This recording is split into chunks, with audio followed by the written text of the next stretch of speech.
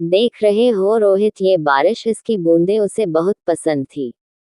इन बूंदों के गिरने के साथ वो पैरों में घुंघरू बांध कर नाचा करती थी। इतनी खूबसूरत लगती थी वो कि उसके सामने मोर भी फीके पड़ जाते थे। उसे बारिश बहुत पसंद थी और आज भी पसंद होगी।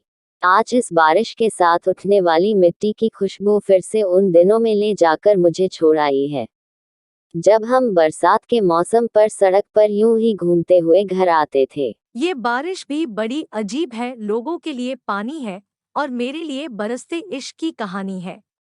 पहाड़ी के पीछे जो वो ढाबा है जहाँ मैं चाय पीने जाता हूँ, वहाँ की चाय उसे बहुत पसंद थी। मई जून की दोपहरी में भी वो चाय पीना पसंद करती थी और जब मैं मना करता था तो बड़ी नज़ाकत से कहती थी, जनाब आपके लिए सिर्फ चाय होगी, मेरे लिए तो इश्क है। फिर मैं कहता था कि जब चाय से इश्क है तो मैं क्या हूँ? तो वो कहती थी। फिर मैं कहता था कि जब चाय से इश्क है तो मैं क्या हूँ? तो वो कहती थी, तुम और मैं तो एक हैं, तो मेरी पसंद तुम्हारी भी पसंद है। और ये बोलकर हंसने लगती थी। जानते हो, क्योंकि चाय मुझे कभी पसंद नहीं थी और ये बात वो जानती थी।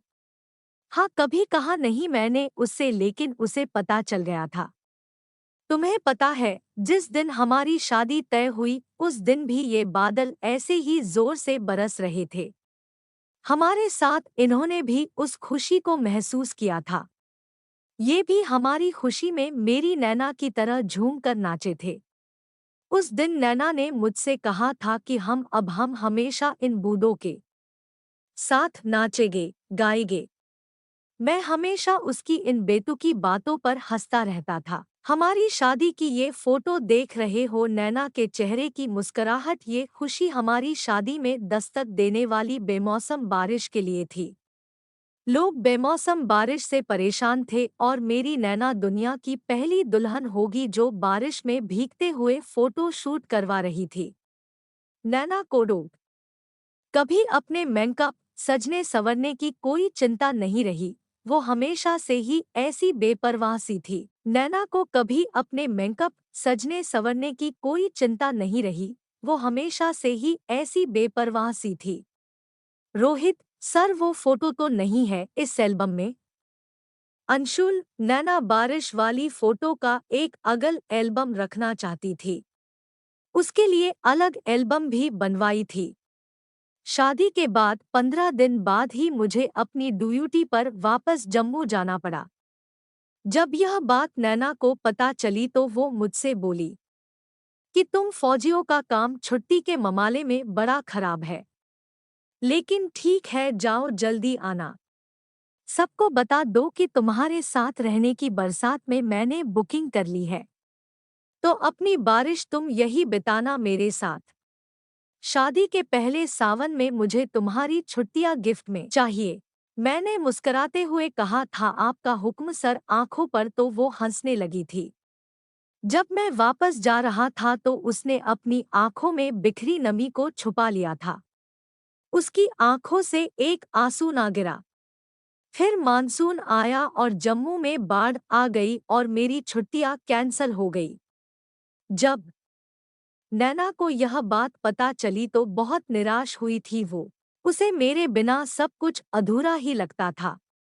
लेकिन मैं क्या कर सकता था, नहीं आ पाया। मैं बाढ़ में फंसे लोगों की जान बचा रहा था।